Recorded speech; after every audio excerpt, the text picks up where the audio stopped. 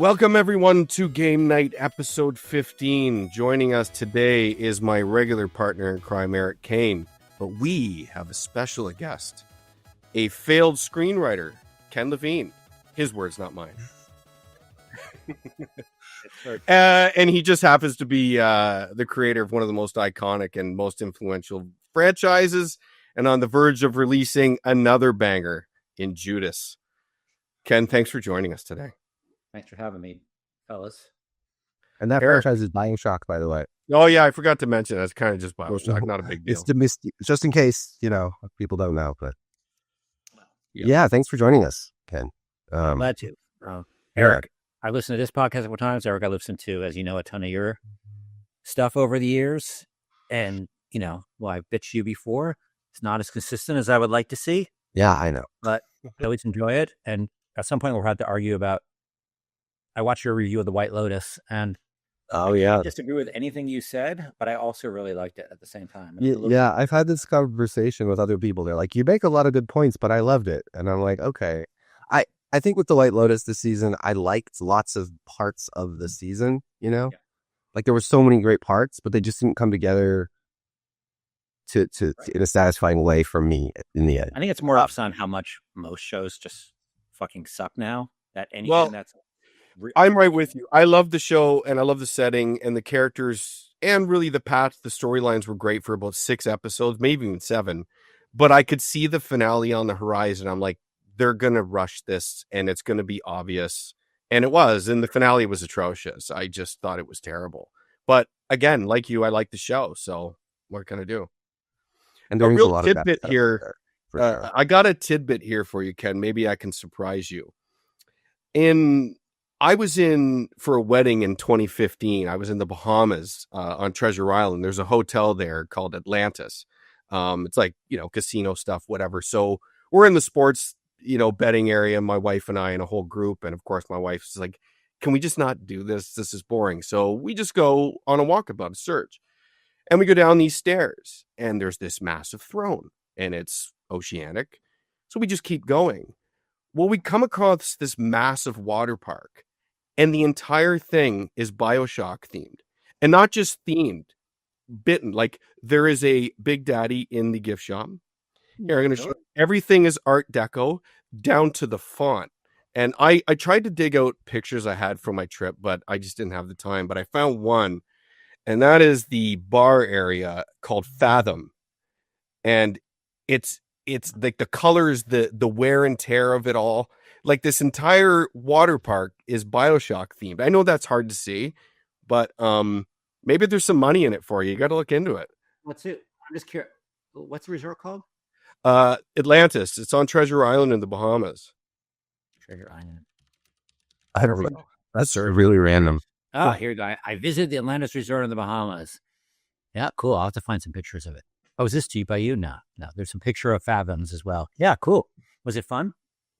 Oh, well, it was closed, so it was late. It was late at night, but we got to just walk around and stuff. I was like, I would love to come back and do this, but it was a wedding, so all our time was dictated for. So I just thought I shared that. To be fair, we certainly didn't invent Art Deco, so this is true. We steal from others. People can steal from us. Stealing, it's what it's all about. I mean, that's what it's all about, baby. Great art, right? Yeah. So lots to discuss in a short amount of time. I know you have a bit of a heart out, so I'll bring that up as we get closer and go from there. I'm just gonna start like how's it going? How's life? And what games are you playing right now? What are you into other than working your ass off on Judas? And you can swear on the show, by the way. That's excellent because I will. Lovely. I been working a lot. I've been doing a lot of writing. The game is getting there. And pretty much writing every day at night. Like I work during the day, I write at night. But when I get time, let's see, I've been playing Atomfall, which is interesting. I don't know if you guys have played it. Not yet. I haven't got to it yet, but I've heard people talk about it. Very Fallout inspired. Yeah, very old school. Very feels like a game from like the Xbox 360 era, which is a compliment, I think. There are really good games there. It's definitely taken a lot of chances from this company, Rebellion, which I've also been playing a ton of another one of their games, the Sniper Elite series, which I a year ago tuned into, and it's sort of like a mini.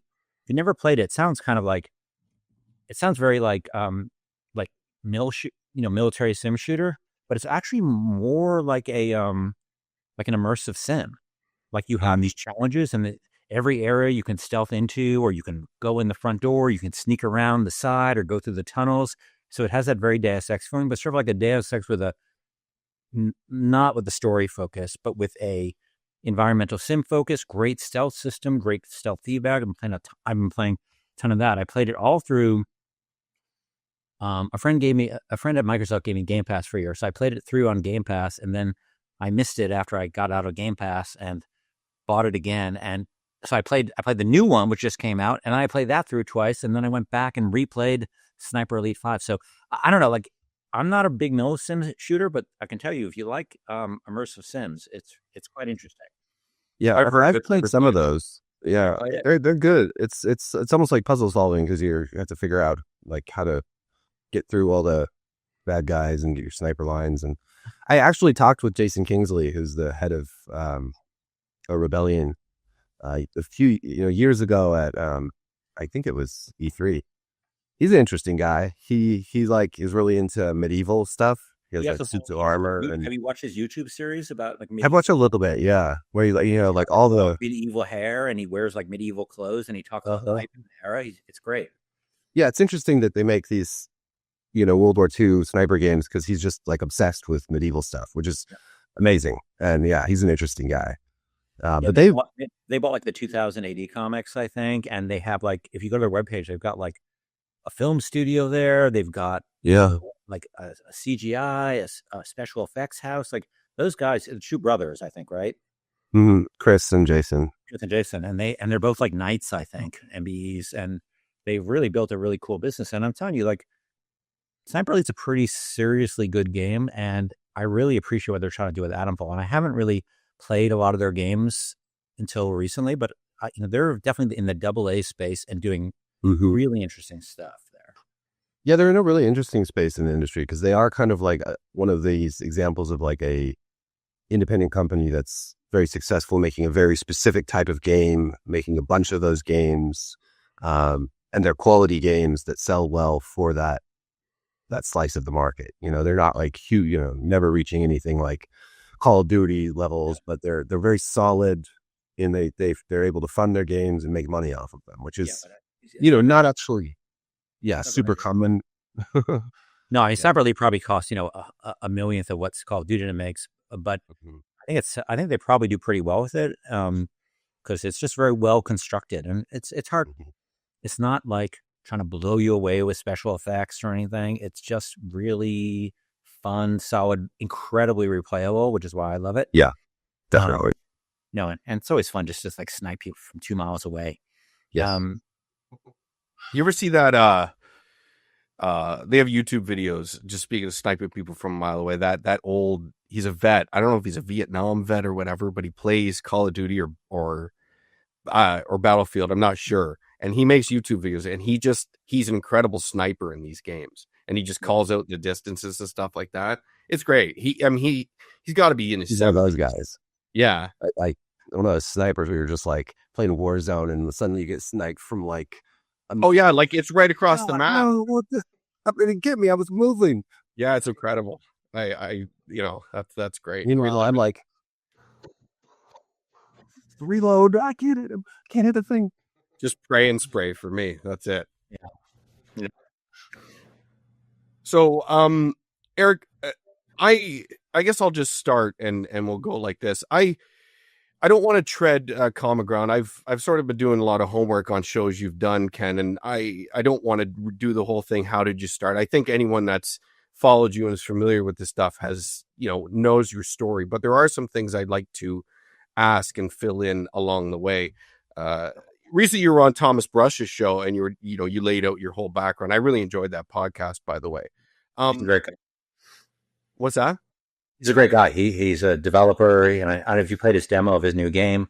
It's pretty cool. Yeah, it's pretty cool. He's the real deal.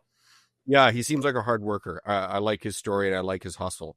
But one thing I was interested in your background story is, the failed screenwriter thing, I thought it was just funny, like I'd latch onto. But you walk into Looking Glass more or less, and right away you're working on System Shock. But Lost in the Shuffle there really was Right away, I'm working on Thief. Sorry, Jason. sorry, Thief Exactly. lean on to System Shock, yes. And I know you had some really good mentorship, but what I'm curious about is what exactly you were hired for. Obviously writing, because you were in the film world and screenwriting, that effect. But when you were hired, like, what was your more or less title and what were you doing?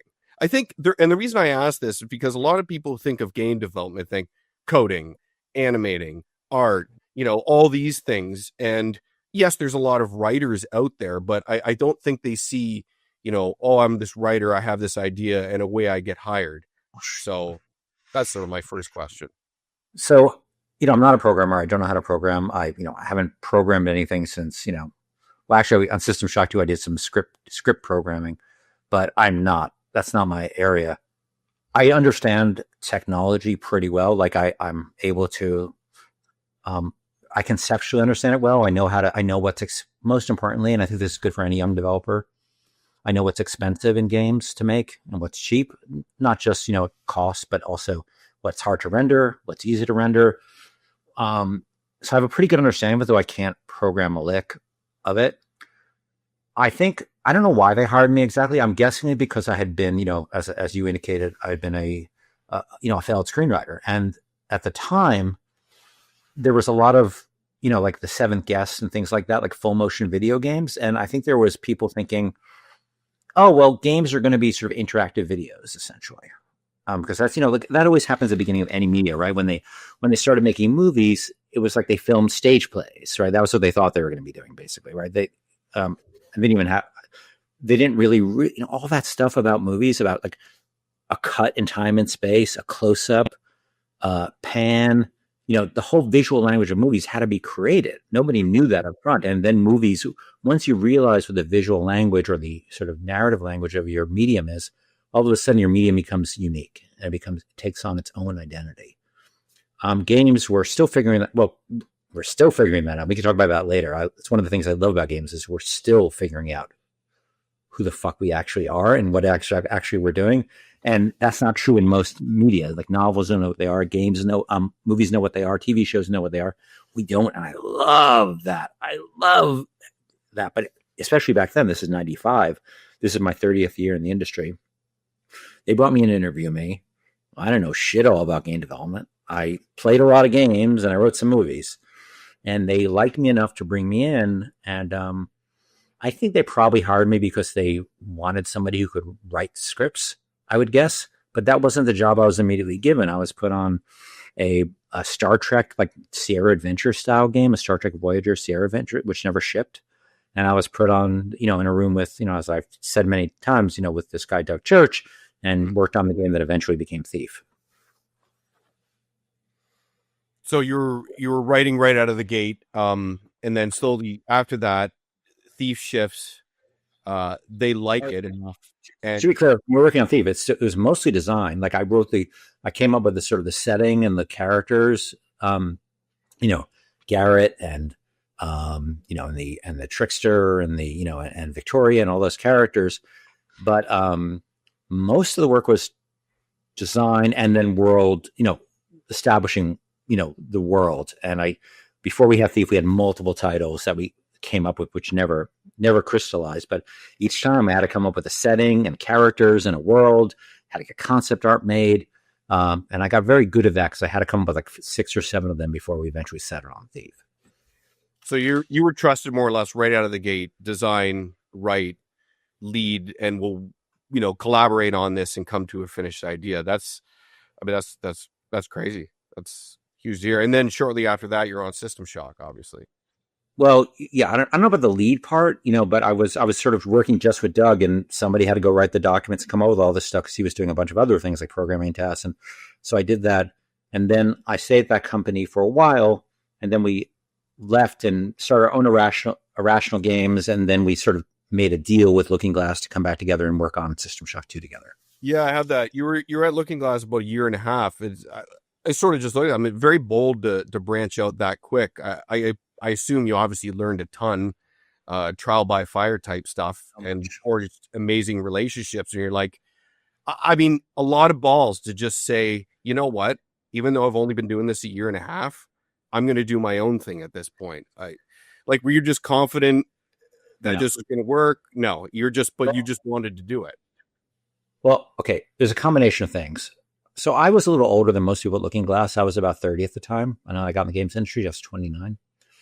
And I had been in the film industry, and I had my own, after my failed film career, I had been a computer consultant, a graphic designer. I had my own company, or my own company meaning me. Basically and I understood what it took.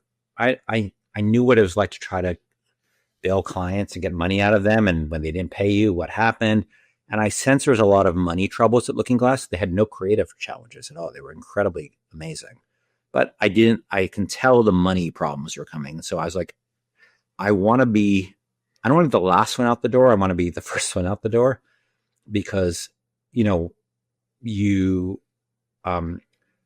we left because I didn't think it was sustainable. I thought, okay, if we made the business practices a little more sustainable, and we took their design aesthetic, and the design aesthetics I was intimately connected with and deeply loved, of sort of making these sort of immersive worlds. I thought we could do something and maybe survive in a world where I thought they were going to have challenges surviving. And it was very, very challenging. And listen, there was 100 times Irrational could have got out of business as well. You're constantly dodging these bullets. And so I think it was also a bit of arrogance. And, I was young and I thought, well, I could fucking do this. And there were many times we almost went out of business. So I think, there was some youthful, arrogance there too, thinking we could do it in the way they couldn't on the business side. Many things have been created with a "fuck it, I can do this" attitude. I mean, you kind of have to have just the blindness sometimes, because I'm my biggest enemy. So many great plans and ideas die on the vine of thought, or even backup plans. A backup plan sometimes the worst enemy of your grand idea or dream. So you need a bit of irrational exuberance about what you're doing, because the truth was the odds of us succeeding were so small, and we almost went out of business right after we started Irrational, because we had a first project that got canceled 30 days in, and Looking Glass reached out to us, and we did System Shock 2. And if they had it, who knows what would have happened? I'm deeply grateful to them. I'm deeply grateful to their founder, Paul Narath, and Doug Church, and everybody there. But we were so hungry when they contacted us about System Shock 2, and it's also getting handed your dream project to do. And it sucked in a million ways. We had no money, no time, but man, I love System Shock 1 so much. I'm getting handed a character like Shodan to be able to write. I was over the moon, but it was hard. It was hard. And, in probably 9, it's like that thing at the end of Endgame, in 15 million worlds, this wouldn't work out. And we got lucky. We're in the one where Irrational did work out. Doctor Strange is giving you the one. That's right. That's right. And you left with two partners. Forgive me, I don't have their names off the top of my head. John Shea and Robert Fermier. Yeah, and I just a business question. Sometimes when you start a business, not sometimes, a lot of the times, a lot of people are naive and will figure it out on the fly. What were your conversations like when you start this business? You're like, okay, here's my responsibility, here's your responsibility, here's yours, and let's tackle it this way? Or was it just messy and you guys figured it out on the fly? No, we sort of looked at the range of stuff that had to be done, who's going to do the taxes, and Rob or John or me would sort of raise our hand. I guess I'll do that. I don't know how to do it, but I'll do it. Who's going to be the manager of the project? And John raises his hand. John had never shipped a game before. I had never shipped a game before. Rob is the only one who had shipped a game before, System Shock 2 and probably Terra Nova and maybe Underworld 2. And we all sort of took over, I'll take this boring job, you take that boring job. I became the business guy who would negotiate the deals, and I had no idea how to do that at the beginning. I got better over time, but I don't think I ever got great at it. And then you just figure out. I still remember, I didn't have a car at this point. The first day where I quit Looking Glass, and I was going over to Rob's house to start the company. I got on my bike and I rode 5 miles to his house. And the way I'm biking over is the middle of the summer or spring, or it was hot. And how do you start a company? Like, what do you do? Like, nobody's going to tell me what to do. And we got there and we sort of looked at each other. It's like, okay, I guess we're starting the company today. Cool. And we figured it out. But we kissed, we really didn't know what we were doing. But that's, who does at the beginning? Sure. I mean, I think that's a huge thing with just any endeavor, is just that barrier to entry of just not knowing what it is you actually do, whether that's, how to get, a screenplay out to look at, or start a business, or code a game. Just that initial, like, how do I even do this thing, is kind of the hugest stumbling block for a lot of people. And of course, people who, are raised in a family business or something, they don't have to worry about that as much, because they've kind of got that out of the way, or, the whole nepotism thing's really helpful if you've got that. I think that naivete, though, is a bit of it can be a benefit. Like, there's this term, I don't know if you guys know it. It's called the genius of the novice, which is like, because you don't have a lot of preconceptions, sometimes you'll think of things that nobody else does. Because everybody else, like, I've been in the games industry so long right now, I've got a million preconceptions. Yeah. And that can be a limiting factor, because, that can't work. And then, you have Notch or somebody comes along, right? And he's like, either he had no preconceptions, or he just was able to dismiss them. I'm going to make this game in Java, and it's going to be about building mines and basically a dynamic Lego, digital Lego set that has some programming and some pigs and all this other stuff. And now it's like one of the largest franchises in the universe. But if somebody had told him, if he knew more, he may not have ever done it, because it sounds really stupid. But you do it. And I think we had a lot of those benefits early on of not knowing how dumb what we were doing was, what we were trying to do was. So that can be a shield. It could also be a problem. So after System Shock 2 ships, how long after does BioShock come into the picture? Long time. System Shock 2 shipped in 99. BioShock didn't ship till 2007. 7 years. So you had a bunch of intermediate titles where we were really growing in our experience of how to make games, but they weren't. I think that of the games we did in that period, SWAT 4 was probably the best, which I literally had almost nothing to do. The team, I think, did an incredible job with that. Also Freedom Force, I think, was really, really fun. I had more to do with that. But we just did a bunch of games, none of which did very well. One of the games never shipped. It was our first console game called Lost, and that was a huge catastrophe. Ended up like in a lawsuit. It was a rough time. And then BioShock was really the thing that, turned it around. And I've always thought that, when young people, I talk to a lot of students and young people all the time, like, and I have open DMs, by the way, everybody. So if anybody ever wants to talk to me, I'm as far away as a DM on Twitter. And I talk to a lot of young people all the time. And you need three things to succeed. You need talent. You need perseverance. How do you stay when everything is fucked up and failing over and over and over again, and it's just problems? And you need luck. And if you have the talent and the perseverance, you'll be there when the luck comes around. Yeah.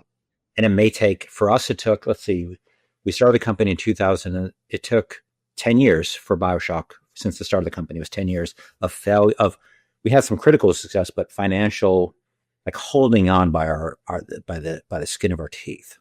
And it was hard. It was so hard. And I would not want to go through it again. And we just happened to, our luck happened when because BioShock was not our first good game. It was the first game that made any money. And then life gets a little easier. You get new problems at that point, different kinds of problems. BioShock came out at a really interesting time. Like, that was, for me, so BioShock came out the same year that my first child, was born. It really cut into my ability to play many games. But right around that time was I felt like such a great time for gaming in general. Like, those years in there. And that's when I started building PCs and really getting into PC gaming for the first time. And, Half-Life 2 and Fear and all these, Oblivion. And all these games were coming out before BioShock. But BioShock was one of those titles that I just remember just feeling like, wow, this is really unique. This is really different from anything else that I've played before. I don't know what you think, Eric, but my sense is that the industry, it didn't exactly know how to make a successful title. So the successors were like, oh my God, let's do Half-Life or Team Fortress. And it wasn't like, okay, we need to monetize this, to death. There was a lot more chances, especially in the AAA space. There were chances being taken, which there's almost no chances being taken in AAA right now. Right. And looks, because the costs were also much, like BioShock is, much cheaper than the titles you've done subsequently. Because the competitive space goes up, people's expectations go up, and then you have most of the innovation now happening in the indie space because it's so expensive in the AAA space now. But back then, you could still take some risks in the AAA space, or the AA space at least. Yeah, and you'd see new IP all the time, rather than just like remakes and the 12th entry in this or that game. And games were looking back, like I've been thinking a lot about the upcoming Grand Theft Auto, GTA 6, and game like GTAs used to come out pretty frequently back then. You'd get and they would be radical. For a while they were pretty radically different than before, and just felt like it feels like games have definitely, just the whole nature of the industry has really shifted in recent years. But that was a good time for gaming back around 2007, and really, in between those years and BioShock Infinite's release, I felt like there was still a lot of really great stuff, and it was a little easier to like. The one thing about the indie space that drives me crazy now is there's just so much. There's so many games that are coming out in the indie space that I just cannot keep track of anything anymore. Yeah, but how lucky are we that we have, like, unlike movies, we have a really vibrant space that's creating a lot of innovation. Like, I'm grateful for that because I love games and I play so much. So many indie games that come along that are, at very least, we're checking out, if not, and there's so much innovation happening. I find about a lot of them. Well, that's I always say that, like, sorry, Eric, I didn't mean to cut you off. Go ahead. You're good. I was just saying, I find out about a lot of these games, just because it is so hard to keep up with, like, what's new and what's popular, especially with younger people. And I find out about a lot of them from my son and what he and his friends are playing. And it's so interesting to me also because what they're playing is often not the kind of games that are making, they're in the AAA space at all. Like, they could care less about the new Dragon Age game. They could care less about all that stuff, but they are playing these weird, funky games that I've never heard of before. And they look, the graphics aren't great. The whole, that's very different when I was younger, when you were kind of looking for the next big game, the next big thing. And that was exciting. And I don't know. It just feels like there's been a real shift. Yeah. I mean, I'm not going to delve too much, but it does make me worry about the future of the industry in that way, especially like you're talking about how expensive AAA is and the chances that they're not taking, and this new generation not really gravitating to these games like how our generation did, and like Ken's did. Ken, you're a little older than us, but both of us are in our mid 40s, so same. And it always kills me. Like, we talk about the industry in that capacity, but you always hear the chatter about, they want so much innovation out of AAA, and I'm like, listen, the innovation's happening in the indie space. You need to broaden your horizon for the games, your palette, so to speak. And it's not being a snob. That's just, there's so many games, and it also leads into my other big complaint. You see this often from the, gaming in the modern age sucks, which is just the way everyone talks now. It's either the best or it's the worst. But, games used to be so much better. I'm like, I've basically been playing games since they've more or less started on consoles. And I'm just going to be honest, I'm the most pessimistic person there is. Gaming, in most ways, has never been better in terms of the breadth, the quantity, the styles and genre, the tools to create. I mean, that's fostered its own issues, of course. Sometimes there's too much, and great games, similar to Sniper Elite, like Ken was talking of, that ilk, they can fall through the cracks when they really shouldn't. But I mean, that's not for us to figure out, more or less. But I mean, I couldn't be happier with video games. I play with my limited time as much indie games as I can. And the ones I don't play, I buy anyway, because I just like to support them. And, that's where I'm looking for the innovation. Sure, I'd like, every game that comes along to offer me something new. But sometimes the greatest things are iterations, not pure innovations. Yeah. Go ahead, Eric. I was just gonna say, have either of you played Split Fiction yet? Yeah, it's incredible. Isn't that I have not. Oh my god, Still full of ideas. It's just bursting with ideas. just constantly. I've been playing that with my daughter, and every new stage, every new area, I'm just like, I just turn to her and I'm like, can you believe this? Can you believe how creative this is? It's just, there's something new and exciting and fun, and that's the kind of game. That's how I felt when I was younger playing games. I think maybe it's been a little harder for me to focus on. I've moved to TV a lot more, and I've focused a little less on games. But this is that kind of game that I'm just like, whoa, this is so cool. I love that feeling, I think games are still in I think it's AAA less so. There are still some really cool AAA games coming out, absolutely. And it's the companies that can afford to take risks. Like, I'm sure GTA is going to have a ton of innovation in it, a ton of interesting things in it. And, Take-Two's been very generous with us and giving us the time we need to try to innovate, and not just make, something that, at least, who knows, you never know if your game is going to be good, but at least it's not going to be just like every other game, because you've given the time to make all those mistakes, and learn from your mistakes, which is very hard to do if you're like an annualized development cycle or something like that. But I'm also very happy with the games industry. And look, there's lots of problems, but in terms of as a gamer, yeah, I'm getting lots of great games to play. I never have a shortage of interesting things to try. And if you think there's not interesting stuff to try, I would really encourage people to spend some time on Steam and look at the various events they have and the demos that you can get. Like right now, I'm opening my Steam account. I've got Malord demo, the Altars demo, Clover Pit demo, and these are just this weekend I'm going to play. Skin Deep demo, all these interesting games. And look, some of them will, some of them be interesting, some of them won't, and some of them will become probably my obsessions for several months, and some of them I'll never think about again. But man, that's amazing that you can do that. It just really bothers me when people just seem to be so negative about something they proclaim to love. And listen, critique is natural. I'll listen all day long, but I just find I don't really have much time for people who really crap all over the industry from a gamer standpoint. I'm not talking about the business. That's a different case, but just and gaming has never been more accessible, from sale to, I mean, God, when we grew up, like, games were so expensive. They were hard to get. I would read Game Fan about all these games from Japan that would never come here, and I would just wish that they would. And I didn't have access to ROMs then like you do now, or things of that. And the sales, like, how can I pick up 5 games that used to be $70 a year and a half, 2 years from release, and it cost me a grand total of $35. You know what I mean? Like, that didn't exist, and we take it for granted.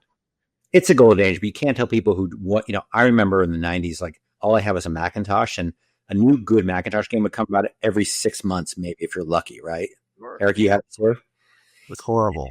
And now every day I can check Steam and try to find something new and cool to play. And sometimes it's this amazing game and it's on sale and it's like $4. But if you didn't live in those lean times, it's kind of hard to convey how lucky people have it now. Look, to some degree, customer's gonna feel the way the customer feels. You can't tell them they're wrong. You just have to try to give them what they want. Louis C.K. has also a bit. Everything's awesome and no one's happy. Sorry, Eric. Yeah, I remember that bit. No, there's so much that goes into it, because of course there have been many disappointments for gamers over the years as well. Franchises that they love that they feel like have gone in a direction that they don't love, and we saw that a lot with the new Dragon Age game, which had plenty of things going for it, I thought, but certainly was a huge departure from earlier Dragon Age games, and of course there was a long wait in between. So there's lots of things, and then gamers have had to contend with pretty crappy monetization practices and patches and things of that. Like, I get that. Yeah. Just a lot of stuff. And so it is just the nature of being online, being chronically online, that you just sort of, if you have a problem, you gravitate towards other people in forums and social media that have problems. So, people who aren't online all the time, they're just having fun, although they probably don't get exposed to as much good stuff either. So there's a yin and yang to everything, Eric. Like, the industry got bigger and all of a sudden there's a ton more games, but then the market got more sophisticated in the way that you can look at different monetization schemes. Some, look, I don't play a lot of multiplayer games, right? I'm almost entirely a single player gamer. So, that's not, so I'm not going to benefit from the free to play. Like, I mean, if we had something like Fortnite that was free to play, like in the 90s, oh my God, we would have lost our minds, Absolutely. Yeah. But now people can look at that and be cynical about it because, and I understand it, like, they weren't around in the 90s where there's just nobody was handing out anything for free gaming wise in the 90s, right? Everything. You bought a Street Fighter game and it was $70 in 1990s money on your SNES. I think I had the right number. It was 60 or 70. It was some very large amount of money, which was, probably equivalent to almost, I don't know how much, $200. Just to add to that, Ken, I'm Canadian. Phantasy Star 2, my parents bought that. That was $120. Canadian, but that's like 50 cents, right? It pretty much. No money at all. Yeah, like our dollar right now is worth like 68 cents. So is it really that low? Say again? Is it really that low now? 68 cents? Yeah, listen, we're not going to start with my candid opinion here. Let's stick to the games.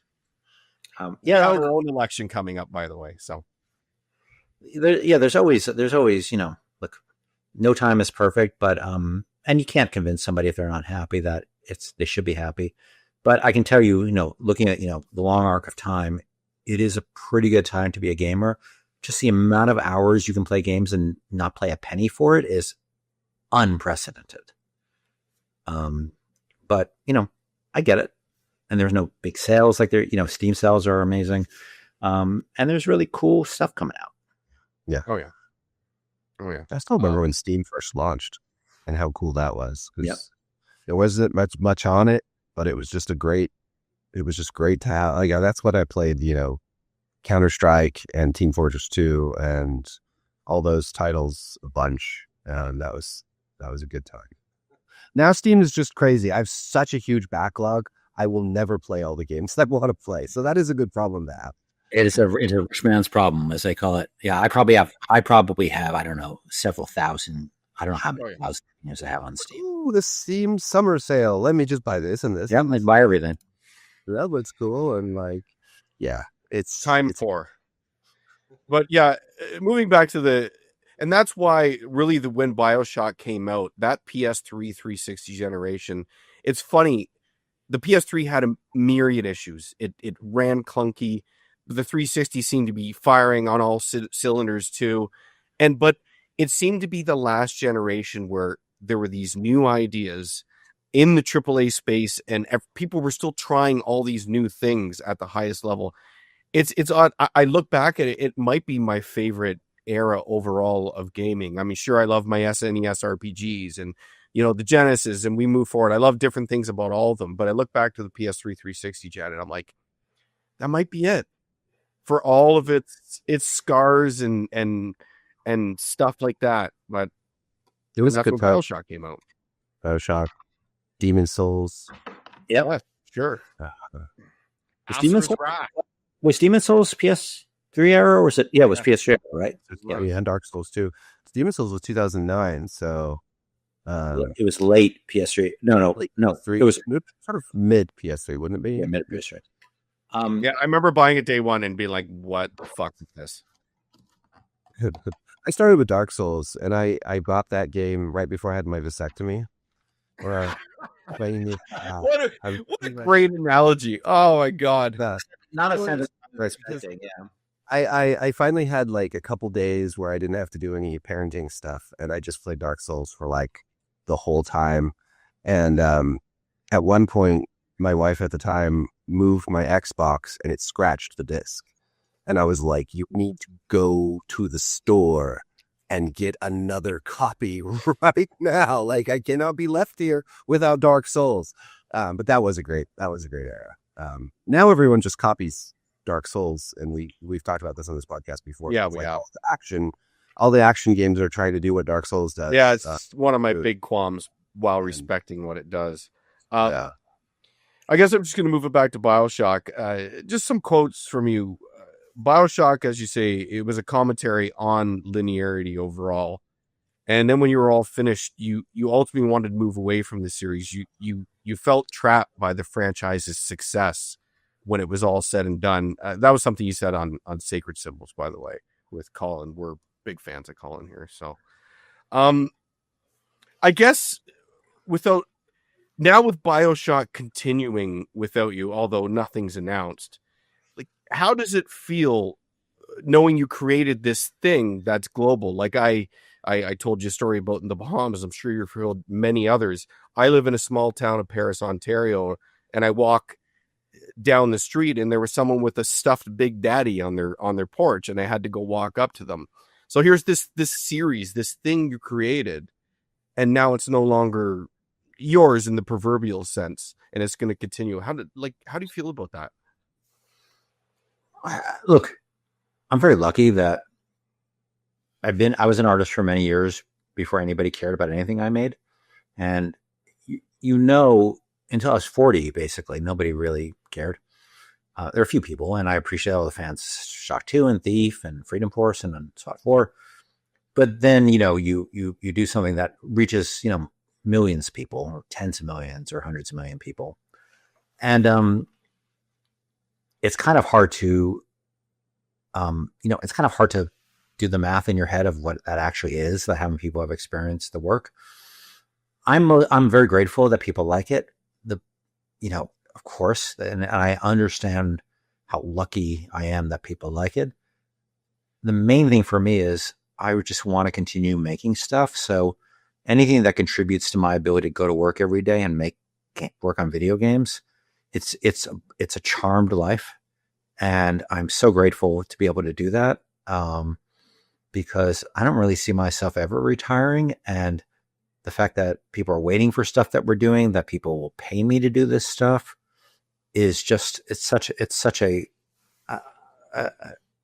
enables the life I want, which is the life of being able to go create interesting stuff. And especially in games, because I've made comic books, I've made plays, I've written movies. My favorite thing about games is nobody understands exactly what they are yet. And to continue to sort of try at least to innovate and to do different things is, and get paid for that, is very rare and very exciting. But, in terms of like BioShock, you really can't sort of, it's not like theater. Like when I did theater, you would put on a play or I'd be in the play sometimes, and you get to like do that punchline and hear people laugh. You don't really have anything exactly like that in games. So it's a bit more removed. So I never had the experience of like connecting to an audience experience the way I did when I was doing theater. And I kind of like to do theater again someday because of that. So you are a little removed from the process. So I don't say I have a huge insight into what it's like to the audience to play the game. They tell me afterwards, but and now assume you get to see it sometimes, but it's not the same as theater, though I'm incredibly grateful that I get to continue to make this stuff. Did you ever, was it tricky walking away from BioShock? Did you think maybe we should do another game? There's a huge setting and just huge leap between BioShock and BioShock Infinite. Obviously, very different setting, very different in a lot of ways. Did you ever think, okay, we should make another one in a new setting? Or were you like, okay, I think this is done. I'm done with this. I want to go in a different direction. Like, what was the sort of struggle there? I didn't feel I had a really good idea what to do next. And the last thing I wanted to do is spend years of my life and ask people for, a bunch of money to make a game that I didn't really know what to do. And I think there were younger people who had a big idea, right? And so the guys working on BioShock 4, are very enthusiastic and they're really into it. And I think they love what they're doing. And I'm super excited just to be able to play it. But I already felt on Infinite.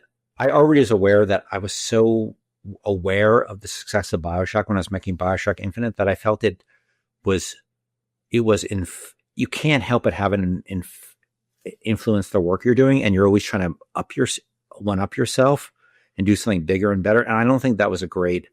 And boy, this is the most fortunate. The fact that I got to get funding to do something different, it was amazing. But I already was worried that I would just be in this endless cycle of trying to make to outdo myself And I didn't think that was a great place, at least for me and my brain state, to be at. And I'm incredibly lucky that, Take-Two would be like, hey, you want to do something different? Okay, we'll fund that. Not everybody gets that. So I'm aware, like, I'm not criticizing anybody for staying on a franchise because, well, some people may not have that sort of sense of self-competition. And it wasn't really good for me, that self-competition. It wasn't a super happy time because I was mostly because of me. Interesting. Yeah, I was going to, along the lines of what you're talking about, there was an interview shortly before Infinite release or right at the tail end. And I know you shared some of your mental struggles and hurdles at that time on previous podcasts, Sacred Symbols. And there was a quote that stuck out to me in that interview. You kind of seemed disheartened, and I'm just going to paraphrase the quote. It was like, we wanted the game to be great, but oh well, pencils down. And that just, it seemed to some, it's funny looking back because I think Infinite was absolutely incredible. And I can't put myself in your shoes at all. It seemed like a trying dev cycle outside looking in. And you, like I said, you've spoken on what really your mindset was during that time, but excuse me, I guess, would that sum up why you walked away from it? Yeah, I was not in a good mental state at that point. I was, had some OCD issues. I had a bunch of problems, and I wasn't really in a position to be leading a massive team of people because that's a huge stressor. But I think I'm happy with the game, and I know Booker and Elizabeth, and building that world was really cool. I've just been happier on Judas than I was on Infinite. A lot happier. And again, like, it's a function of, also I trying to do something that, and look, it could have been the dumbest move I ever made to walk away from BioShock, right? Not many people get to build a franchise that's successful. And it's pretty arrogant to think, like, I'm just going to go away and do that again. Like, who knows, right? You never know. Like Judas, maybe nobody will care. But I want to do something different. And I was lucky that I financially, was in a reasonably good place myself. And so I could take some risk at that point, which I never could do before. I never really could take risks before because I was always worried about, feeding my family. Yeah, that's a big one. Yep. Very important. And I can just tell you, people are definitely going to care about Judas. And that's not just blowing smoke. I mean, the hype is real, and I'm sure you feel the pressure to deliver on that. And it's great to hear that your mindset isn't the same. Obviously, I don't know you, Ken. I don't presume to know you, but it looks like the dev cycles are similar between Judas and what Infinite was. But great things do take time. And, the fact that you're in a good mindset, speaks great for you and your team and also for the game when it comes out. Yeah, it's a much happier team, and I'm in a much better place. And, the team, having a really unhappy team is every game development is rough. And I'm not saying Judas doesn't have its serious challenges to make it, but the team is pretty motivated and pretty happy. And we all have a bit of a mission we're on, and we all get what the mission is. So we're all pretty excited. I thought I remember there was, like with most games, there was controversy around the release of Infinite. But I remember I went to LA, and that's where I met you for the first time for the Infinite preview, and playing that first segment where Booker comes out into the Cloud City. That's still one of those cool moments in gaming for me. Just like one of those, wow, holy shit moments. And I also really, really enjoyed that game. And at the time was a little disappointed when I heard you were not coming back to BioShock again, because I was like, no, I want another one of these. He's great. But Judas, what can you tell us about Judas? Like, what is this like? What's the elevator pitch? What's the what can we look forward to here that you're allowed to talk about? So the sort of the genesis of Judas actually came from BioShock Infinite. We got to a point of development of BioShock Infinite where I was like, what if Elizabeth could be like, look at Booker, who's been killing like, 1 billion people a minute in that game. I was like, I think you're a monster. I'm not going any further with you. And what if the player had different abilities to play the game differently and get a different reaction out of her? And the time I thought of this, I thought of it. I got all excited. And I'm like, there's literally no tools you have in this game to do anything like that. It's entirely linear. You have a story. That story can change. Where else are you going to go? Like, is there another character like Elizabeth, who you can go and work with instead, who will accept those things about you? And at that point, I just followed away. I said, well, that's not going to happen on this game. And I had already done that commentary in BioShock 1 about the linearity of games, with the Would You Kindly moment. And I was like, well, is this a problem that could be addressed? And this is the problem of how do you recognize player actions? I think also the game Shadow of Mordor had come out at that time, which is not really a narrative-heavy game, but was very, very good at recognizing player action. And like, I don't know if you haven't played it, like you could light an orc on fire, and later on, like he'll come back at you and he'll be all burnt up, and he'll be like, "You burned me alive, motherfucker," or whatever orc version of that is, or gain resistance to it, or something to that effect. Gain resistance, yep. And he'll system in that game. And if you kill his rival, he'll rise in the sort of orc crime family that you have vision. And I was really, and I don't think anybody's topped that yet. But it's not a very character oriented game, and I tend to make very like big, deep characters. I'm like, could you make a game where you're really trying to simulate the player's relationship with several characters and really have that feel grounded and have them react to you and comment on what you do, respond to what you do on a fairly granular level? Can they remember things? Can you have things like dynamic continuity where, because like if you think about movies, one of the most important things in movies, though movies have really, for some reason, forgotten all about this in the past 10 years, is setup and payoff, right? You set up something early in the story and then that pays off later. Characters remember what you did and like, well, you killed my mom, so I'm going to betray you. Like all these things that, is there a way you could construct a system that is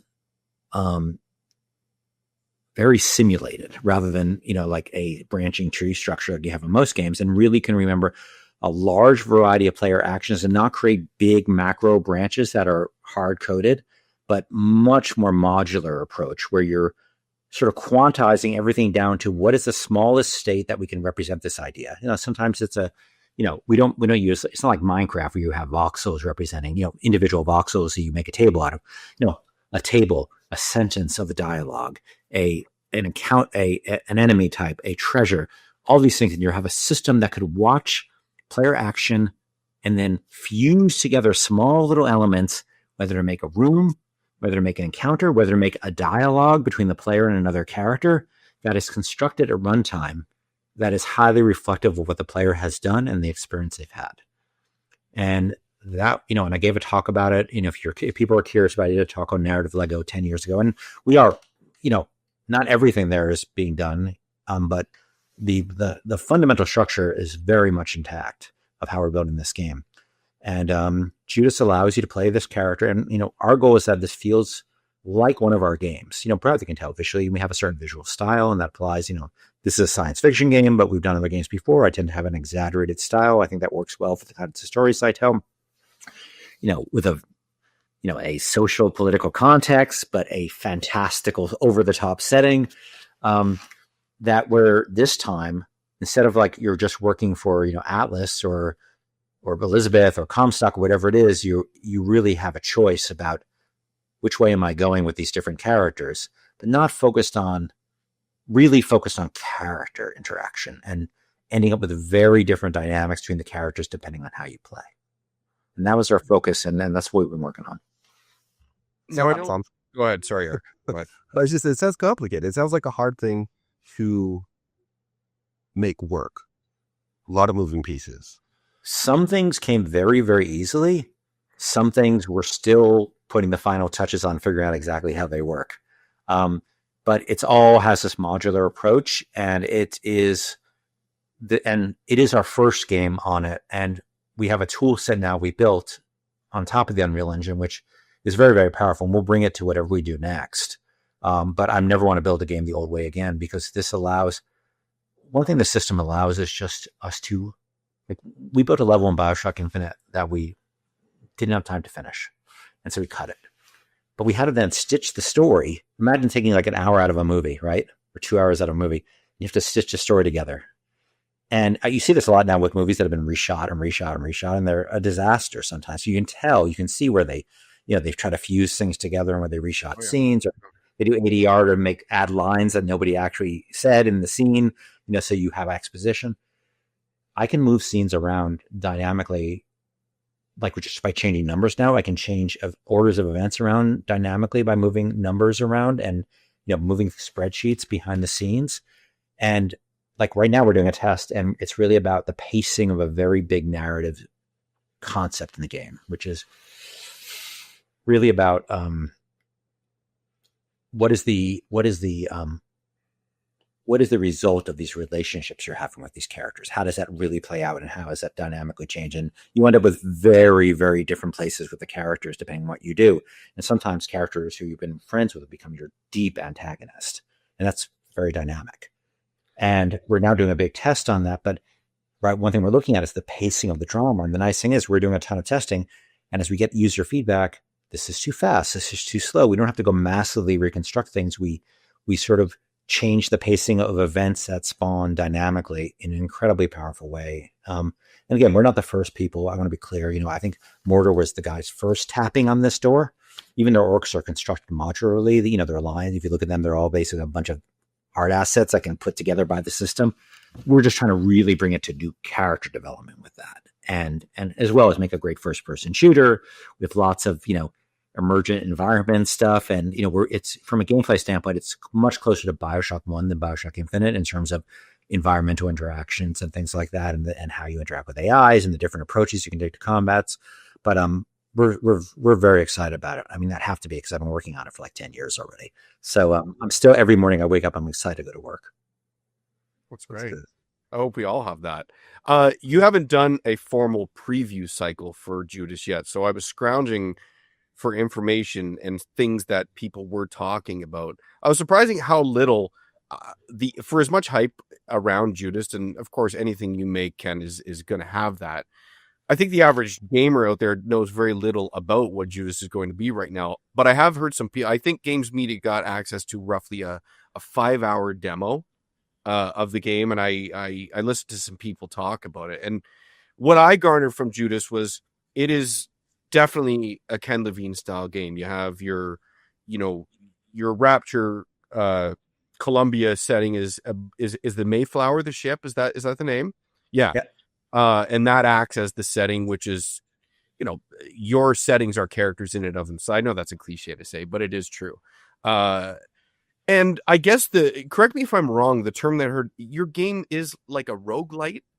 Would that be an accurate assessment? Because this was... I'm in a really awkward position now. I can't remember what I said in that interview, and I don't want to Now, I will say that you did not say this. Someone at GameSpot said this. So after playing your 5-hour demo. I'll say this. So it wasn't, by the way, just to be clear, when we first did the demo for BioShock Infinite, we didn't really know much about the game. We were sort of putting it out there and see what people thought. And we got a fan reaction. It's like, this wasn't really the game you ended up shipping. And we try to listen to that. And so I wanted this time not just to go out with a bunch of fancy, throwaway demos or CGI trailer. I really want to just put the game in people's hands, that people trusted, whether that's, like Ryan at IGN or the Skill Up or Jeff Keighley, people who aren't me, right, who have no reason to particularly like me or, support me. But I wanted them to be able to play the game and have honest conversations about it, because it is out there. And I don't want to just go out and I was trying not to go out there and just be like, let me tell you about this amazing game and tell you a billion things about it. So that's why we haven't talked much about it, because we really want the game to be fairly close to done before we really start doing a heavy press push. Mm-hmm. And we're getting there. I'm not going to talk about dates or anything, but we're definitely getting there. And the game is really coming along. And we're very lucky we have that ability. And the fact that we've had BioShock and people are looking forward to the game, that gives us an advantage. So I don't have to do the thing as much before, where I'm constantly out hyping it up and flying around and, doing press interviews. Sorry, I'm just turning this phone off. I hit all the wrong buttons. It's okay. It's fine. So I wanted to try to really get it in front of people as an honest piece of code in development rather than some fancy, vertical slice. And we're fortunate that nobody's forcing us to do anything differently. But yeah, it is it very much feels like one of our games. I'll say that, but it's very different from our other games in a couple of areas. One is the game loop, like you described, and we have the loop is heavily narrative inflected, and I'm not going to talk much about that now because I actually told the guys, other people who came out for that piece, that they could talk about it, and they didn't want to because they didn't want to spoil it for the gamer. And I got to say, I really appreciated that because, look, scoops are very valuable, right? And they all 5 of them, all the people who went out, and that was Jake Baldino, that was Lucy James, and that was Skill Up, and that was Ryan, and that was Jeff. They all gave up the scoop because they wanted people to be surprised by what that loop looks like and how it feels. And everything we do is heavily narratively inflected. So, you play this woman Judas on the ship, and on the spaceship in the future, and there's a very surprising aspect of the story that people don't know about, which is going to take you in a very different place in that loop. And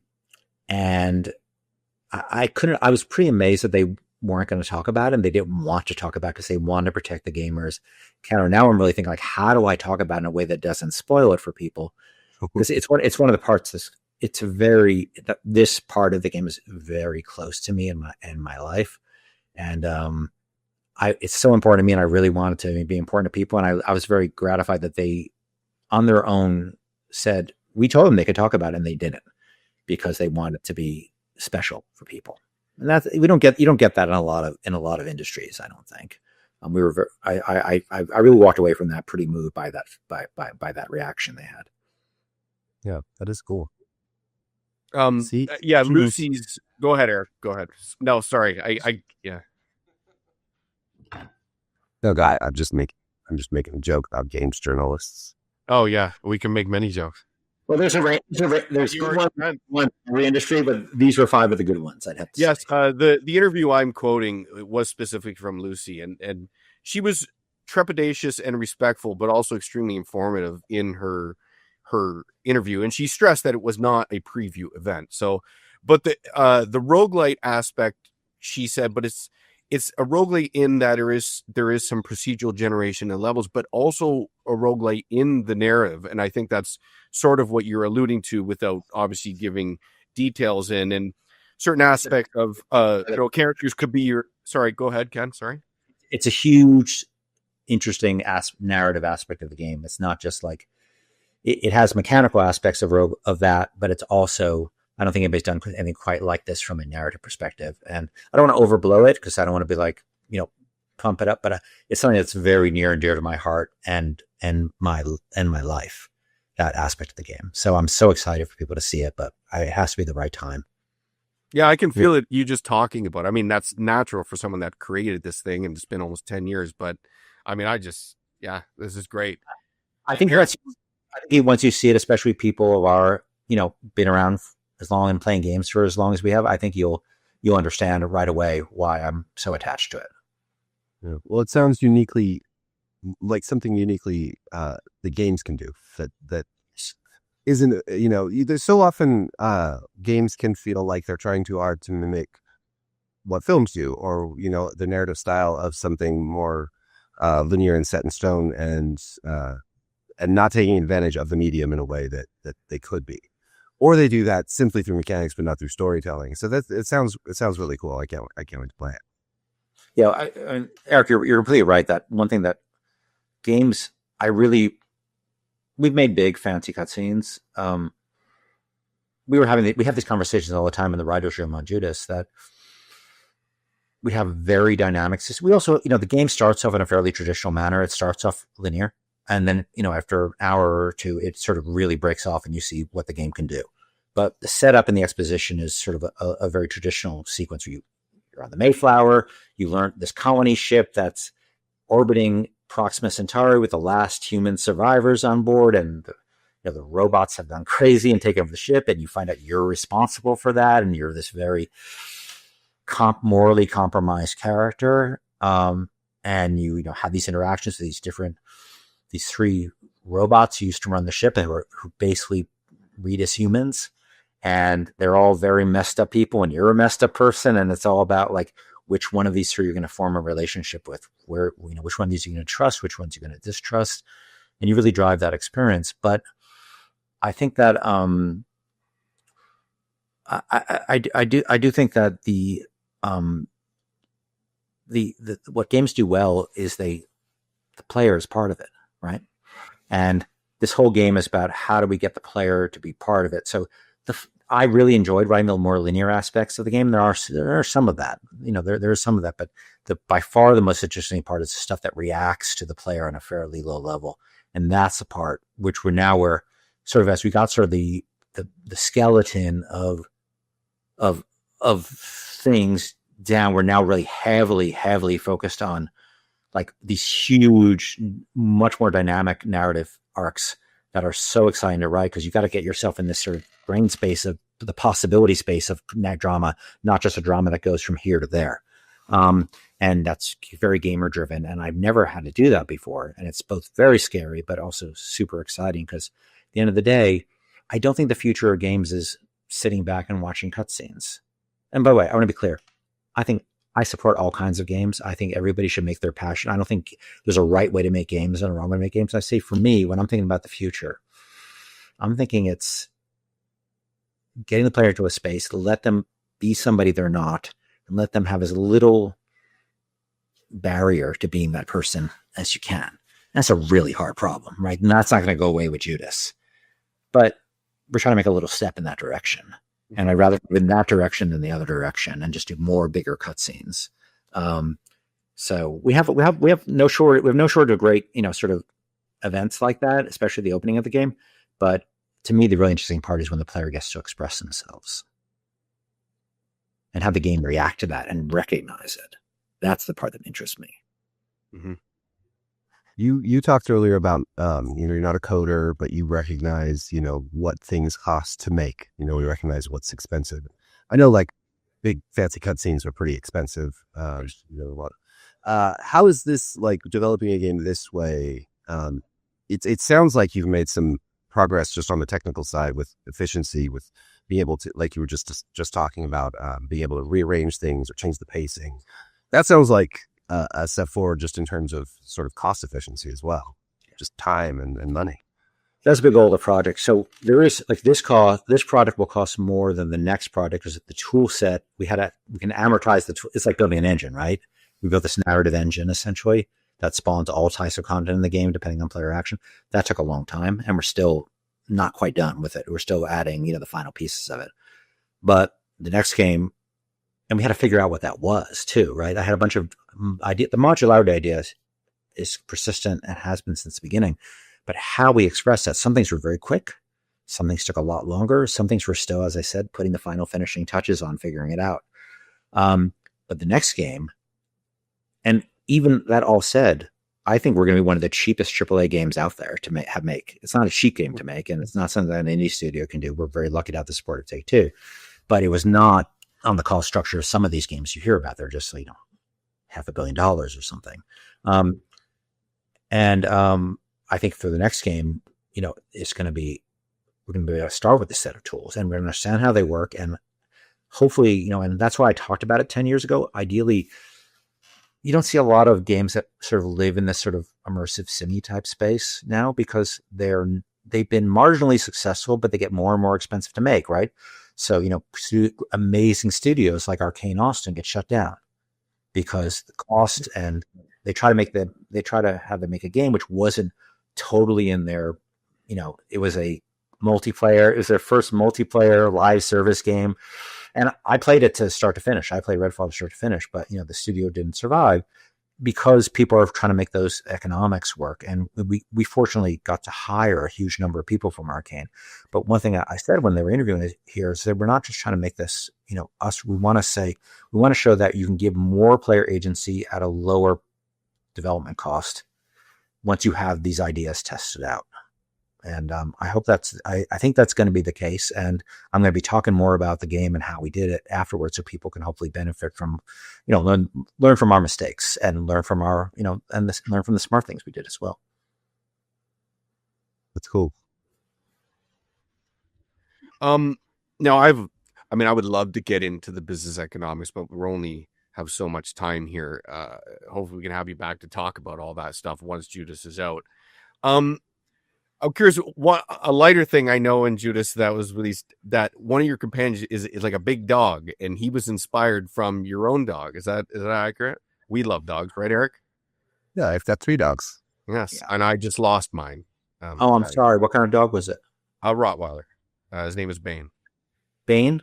I'm Bane. sorry. That must be terrible. I'm sorry. It is, and I don't want to talk about it because I'll cry. But Totally get it. and we've talked about it enough. But yeah, I like this big dog shepherds you from area to area is another snippet. It just stood out to me. I'm like, that just sounds great. I love dogs. Dogs in games never gets old. Hopefully you can pet them. You can. There's a lot. There you go. Quick gift from Game Night. You can pet the dog. You can pet the dog. Look, I never had a dog when I was a kid, and my wife and I fought about getting a dog for like 15 years, and then finally 10 years ago, she just sort of put her foot down. It's like, fine. And then I'm the guy now watching dog rescue videos at 2 a.m. and that's the last person I thought I'd be. And I wanted to, there's a lot of me, and there's a lot of it's all through the lens of metaphor. And obviously Kirby's not a giant, 8-ton robotic dog, but that dog is a pain in the ass in the way that dogs are, right? They're agents of chaos, dogs. And what the dogs taught me is that you can't control your life too much, right? And there's a joy in that chaos. And, there's a whole conversation in the game between Judas and another character where the character's like, why would you make a dog that is a robot dog that doesn't obey you and is constantly making trouble for you? And I was like, and Judas is trying to explain to her why that's wonderful. Mm-hmm. Judas, who also doesn't interact well with people, just, has some social skills problems. And dogs are another great thing about that. They don't lie to you. You know exactly what they're on about. They don't, they try to manipulate a little bit, but you can always see through it. And they just are who they are.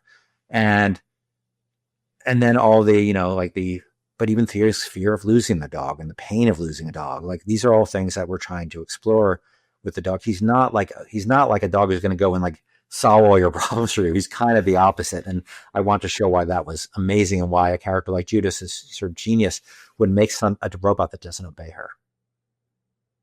I love that. Oh, that's great. Yeah. Go ahead, Erik. Sorry. In past games like BioShock Infinite, balancing the narrative against the gameplay itself, the first person shooter aspect, is I'm sure that's always a challenge. How about here in this new format with this new kind of narrative structure, balancing that out against the first person shooter stuff? Like, what kind of challenges go into that? Great question. So hard. So in BioShock, in BioShock Infinite, we would literally place everything. All the narrative events happen at a certain point. Audio logs are trickier because we didn't know when the player was going to play them. We knew where they picked them up. So we try to move things away, not put them near the combats, right? So you wouldn't be, like overwhelmed, and and still there was some overlap there because we weren't separating out the narrative bits to like cutscenes where the game stopped. Now we have to do everything systemically. Like we can dynamically place narrative events away from combats, but how far away from combats? If you place it too far away from combat, you may have a big dead space that you don't really want, right? But if you place it too close, you may have the characters overlapping and talking over combat. It looks kind of dumb, and the player's like, well, their attention gets drawn in too many places. It's a hard problem, but we have a lot of tools in the game to try to to curate that experience so you don't have those overlaps, but also just pacing. Like, how do you dynamically generate narrative pacing so it feels as good as any other story you've seen? You really have to understand, like, okay, what's an action beat? What's an upbeat? What's a downbeat? When do you need silence? When do you need music? When do you need a whole note rest? Right? How does the tension build? How does it climax? How does it then go to a denouement? How does it start building again? We really made a huge study of existing art forms, like movies, 3-act structures. TV shows like Judas is probably the closest thing structurally, is more like a television show where you have a bunch of scenes playing out with different characters. Game of Thrones is probably a good reference point, not in terms of like, we're not a fantasy game, but a bunch of different scenes that advance, and you're sort of going from, well, Judas is always in the scene, right, in our game, but in those games, you'd be with Arya, and you'd be with the Hound, and you'd be with Jaime Lannister and Brienne, and you're watching all these interesting stories, and they're sort of mixing together to make a larger story. That then sometimes those stories come together. And this game, so we're really looking at TV shows like that in terms of structure, and then you say, okay, let's map out these structures. Now, how do we deconstruct those structures so you can simulate them, and we have a basically something in the game that's watching everything and deciding what content to fire next. I don't know if we have an official name for it. The in-house name for it is the conductor, and it fires off events based on a ton of heuristics of what has a player seen recently, what are they carrying, what decisions have they made, what's in their inventory, what's your health state, what interactions they have with this character, what interests they have with that character. Okay, let's fire this thing next. And then we do a lot of testing to see, does that feel good? Does that feel like shit? Does it feel like I don't care? The worst thing you have is I don't care, right? You'd rather somebody feel good or feel like shit about it than not care, because if they're passionate about it, you got something. But that is great. But we start from sort of deconstruction of existing narrative structures and then turn that into like heuristics and anything. I mean, like, most things can be converted. Like, if you look at, and we're not using, I'm really clear, we don't have any fancy AI under the hood. And I'm nothing against AI, we use it. I use it for research now. It's an amazing tool for research when I'm writing, science fiction game, because I was a drama major when I try to, my science skills are somewhat limited. So it's been an amazing tool for that. But if there's no fancy AI, it's really just basically teaching a system when to fire what events when, based on player action X, Y, and Z, and then getting that wrong, watching people play it, collecting data, and then adjust, and then speeding that up, slowing that down, adding this, taking away that, and that's going to happen at runtime in the game, right? So you're basically teaching the game how to present the various types of content, whether that's combat, whether that's narrative scenes, whether that's treasure, whether that's audio logs, whatever that is, a mise-en-scène, a moment, a visual moment. These are all being to a large degree dynamically placed based on when the game thinks it's the right time. And we have to teach it all that, because it has no genius AI that just knows this to start. We just teach it, but we deconstruct, we learn, and then we try to teach, and then we fail, and then we look at audience feedback, and then we adjust the knobs and levers, and we get closer and closer to things that feel really dramatically powerful that are being generated in this sort of pseudo procedural manner. Cool. Sounds like a system that would be really good for an RPG. Yes. Yeah. I really see this as being like a new step, because, RPGs are based so much around choice and character reactions to the choices you make, but they're still developed in a way that's very linear and non-spontaneous. And this is really interesting to me. Yeah. The system is applicable to pretty much anything. RPGs would be a natural place. I think even like a game like Civilization, where all of a sudden Napoleon could have been watching that you did this, this, and that, and come to you and instead of just saying, be mad at you, complain about the actual things you did, right? And why he's mad at you, or why he's happy about you, and calling. I think players really like when the game's paying attention to them. And that's our mantra: pay attention to the player, let the player know that we're paying attention, let talk about what they did. Have the game talk about have the characters in the game talk about what they did, because you want to be the person in that story who matters, right? Because life is frustrating. Life, you're not always the person who matters most, right? Whether you're a parent, or whether you have a job you don't like, or whether, just the nature of life, or you're not always a star in life, right?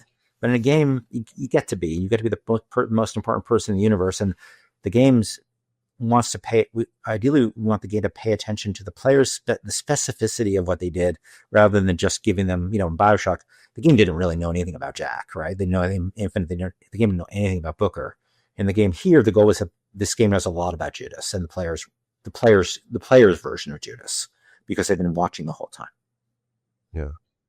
Yeah. And then that will be surprising for players because they aren't used to being paid attention to in that way in games. And so that when you do have something that specific or that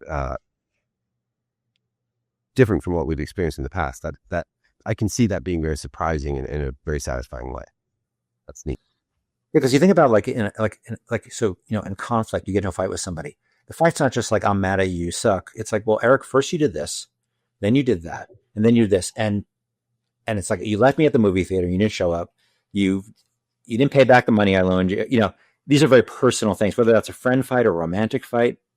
And, we want to make a game where the game could say, if the character has a positive or negative experience with you, that they are talking about specifics about what you did and that's the things the player did that the player had a choice to do. It's not nearly as interesting if we force the player to do something, right? And then they do that. It's much more interesting when the player has a choice. Yeah, I think that's where a lot of single player games lose me these days, where I just start to get tired of being on rails too much, or where it just starts to feel like, well, I'm playing through this game and it's the same as so many other games I've played, different story, but the same structure, and I know what to expect. So having a fresh mechanical take on narrative is really exciting. No, I can't wait for you to play it. If you do want to play it, test it, I don't know if you're waiting to review it, but I'd be very curious to see what you think. Yeah, I'm very interested, so I'm down too. Okay, let's talk about that. We'll talk about that offline. For sure. I have, as we wind down here, I have a theory question. Erik, did you have anything else on that topic before I jump onto something else? No, go for it. Just, I do have a heart out in 10. Yes, I know. I see. As we count down here, there'll be 100 questions that we missed, but maybe we'll do this again. My one, Judas is a name that holds a lot of weight, obviously, biblically. Your story, I know when you create BioShock, ultimately you just want to create great stories, but although BioShock and Randyism isn't its own religious theme, you have that as a thematic pillar in BioShock. In Infinite, you have American exceptionalism and really the religious overtone and how that deals with. And then obviously Judas, I'm not going to ask you specifically because you won't tell me, but I'm sure I could read into with the name. I guess a question I have for you, Ken, do you struggle with faith in any capacity? Are you a religious man? No. I am a person who didn't used to struggle with needing to understand the meaning and purpose of life until the last 10 years. And that was part of the challenge of the last 10 years is all of a sudden needing that. Probably, my mom committed suicide like 8 years ago. And that was, that sort of threw me in a bit of a spiral of like looking for those things. And, I'm kind of jealous now with people who have religion because that gives you some very nice answers that, that fill in a lot of gaps. And if you don't have them, then you're sort of left, having to do a lot more searching. And, but you also, being a guy like me, you also have to understand that I feel that there may be no answers, right? And, the universe doesn't, there's a great line, I can't remember who said it, maybe it's Dawkins, universe doesn't owe you an explanation. And there's a lot of themes in this game about what, this is about a group of people. Judas is literally the last human left. We have this concept of reprinting on the ship. So people potentially, she could bring back people, but everybody, as far as she knows, everybody in human civilization is dead except for her. Just her and the machines left. And it's about, what kind of is she, and it's her responsibility. That this happened to some degree. She was caught up in a situation, like many situations. We're all products of our environment too, right? And it's really dealing with a lot of the questions I've been asking myself. This is a bit of an existential piece where she's looking at what she's done and is she happy that everybody else is dead because her experience of people have been so bad, on the ship, and she's called Judas because she's the most hated person on the ship because she's viewed as a traitor to this mission, which is supposed to bring life to the stars, the fading spark of humanity to the stars and reignite it. And she ended up being at the ass end of this society because she didn't know how to go along to get along. And she was brutalized by that society, and she destroyed it. And now she's trying to figure out, should she fix it? Can she fix it? And what does it mean to fix it? What does it mean if human civilization just ends? And, was it worth anything if it ends, probably at some point, right? And these are really interesting questions that I just sort of took all the characters in the game. This is not like an autobiographical piece in the sense that like, oh, this person's me or that person's me. It's sort of a fragment of stuff I've been thinking about for the past 10 years, politically, scientifically. Sometimes we get ahead of ourselves. Like AI was not nearly the thing. This was a game about artificial intelligence, 10 years ago. And then obviously the ground moved under our feet. This is a game that the inciting event, why the ship left Earth, was somebody had basically a large language model that predicted the future for them based on past data and thought another plague was coming, right? Well, a plague was coming. This was before COVID. And then, that into his backstory. Because no, I know. Yeah. Like the world shifts out for you. No surprise, over 10 years. And I just keep bringing things from this experience. And you have to interpret through this funhouse lens of the game. It's not like this game's not about a 50-year-old game developer in Massachusetts. This is about this woman at the edge of survival in space. This is about these machines that she drove crazy because she gave them self-awareness that they didn't know they were machines, these three people. And it broke them all. And now, can they somehow cobble something back together out of this giant mess they all created? And we're also making a great first-person shooter with lots of player expression in the world and giving the player agency and choice, and have it be funny and have it be scary and have it be, another amazing society that you have to explore, and you want to understand it, and and us not telling you that, but finding it on your own as you explore, like we did with our previous games. These are all things that really matter to me. And it's definitely my most personal thing because I had a lot more to work out in the last 10 years than I did before. And so there's a lot more of that in it, I think. It's very exciting. As we close, I have like 5. I thought it would be a funny thing to have these quick fire questions to close. Erik, did you have anything else? No, I'm good. Okay, just these quick fire questions I wrote down. Simple one word, or don't answer them at all. It's entirely your choice, Ken. Quick fire number 1. We got plasmids or vigors? You never forget your first love. I'd have to say plasmids. Andrew Ryan or Comstock? I think I understood Ryan a lot better when I wrote him. And I also had a great model of an existing human being, Rand. So I think I did better with Ryan than I did with Comstock. Big Daddies or Songbird? Oh, this is going to be bad because it's very BioShock leaning. Again, I thought I understood what was inside that suit more with the Big Daddies than Songbird. So all these problems are of my own making. But yeah, I think Big Daddy. Rapture or Columbia? Now they each have their moments. There are some incredibly beautiful moments in Columbia, like when you first open the door to the city and you see all the blimps coming in and the city moving around, and the music in Infinite is beautiful.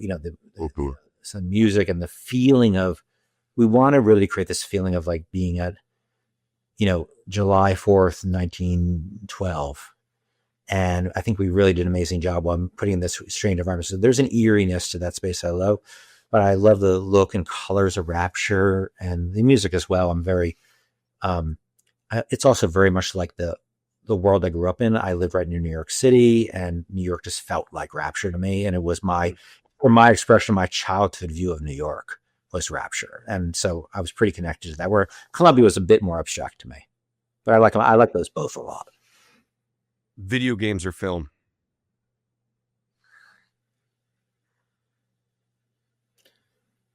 Film is special, but video games are a lifesaver for me. Like they've been my salve on wounds that movies couldn't be, because you get immersed, and only games immerse you in that way.